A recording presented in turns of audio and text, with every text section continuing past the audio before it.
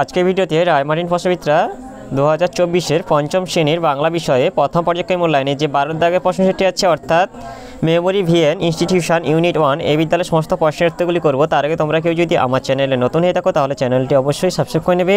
একে যেটা আছে সঠিক উত্তরটি নির্বাচন করো।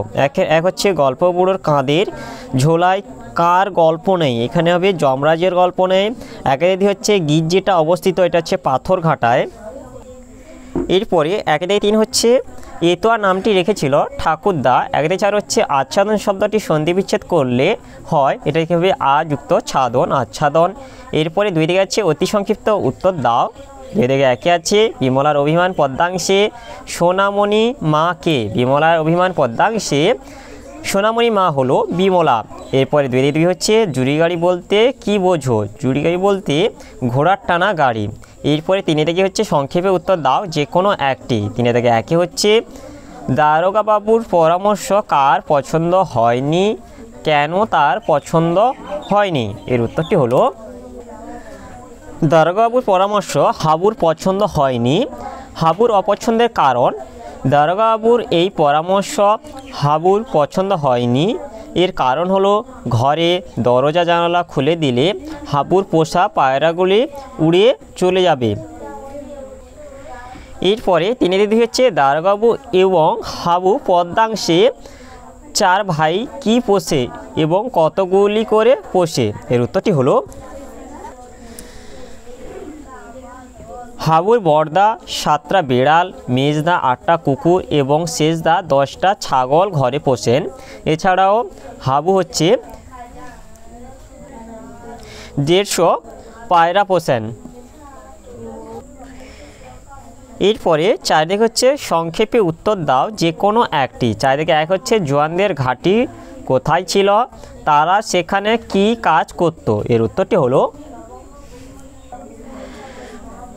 জোয়ানদের ঘাঁটি ছিল জম্মু ও কাশ্মীর রাজ্যে লাদাখ অঞ্চলে বরফে ঢাকা একটি নির্জন জায়গাতে। এরপর হচ্ছে জোয়ানদের কাজ দেশকে রক্ষা করা, প্রতিবেশী দেশ থেকে কোনো সন্ত্রাসবাদী যাতে আমাদের দেশে ঢুকে পড়তে না পারে সেদিকে তাড়া করা এবং নজর রাখা। এরপরে 4 হচ্ছে বুনো হাঁস জোয়ানদের ঘাঁটিতে কি কি খেত, এর উত্তরটি হলো বুনো হাঁস দুটি জোয়ানদের তাঁবুতে টিনের মাছ, তরকারি, ভুট্টা, ভাত, ফলের কুচি প্রভৃতি খেত। এরপরে 5 থেকে হচ্ছে সংক্ষেপে উত্তর দাও যে কোনো একটি। 5 থেকে 1 আছে শব্দ কাকে বলে, একটি বাক্য লিখে যে কোনো একটি শব্দের নিচে দাগ দাও, এর উত্তরটি হলো অর্থপূর্ণ ধ্বনি বা ধ্বনি গুচ্ছকে শব্দ বলে। এই উদাহরণ হলো যেমন হচ্ছে আকাশে মেঘ করেছে, এখানে আকাশে হতে পারে মেঘ হতে পারে, তোমরা যে কোনো একটিতে দাগ দিলে হবে। এরপর যেটা হচ্ছে 5 থেকে 2 পদ কাকে বলে, বাক্য লিখে একটি সর্বনাম পদের উদাহরণ দাও, এর উত্তরটি হলো শব্দ যখন বাক্যে ব্যবহৃত হয় তখন তা পদে পরিণত হয়।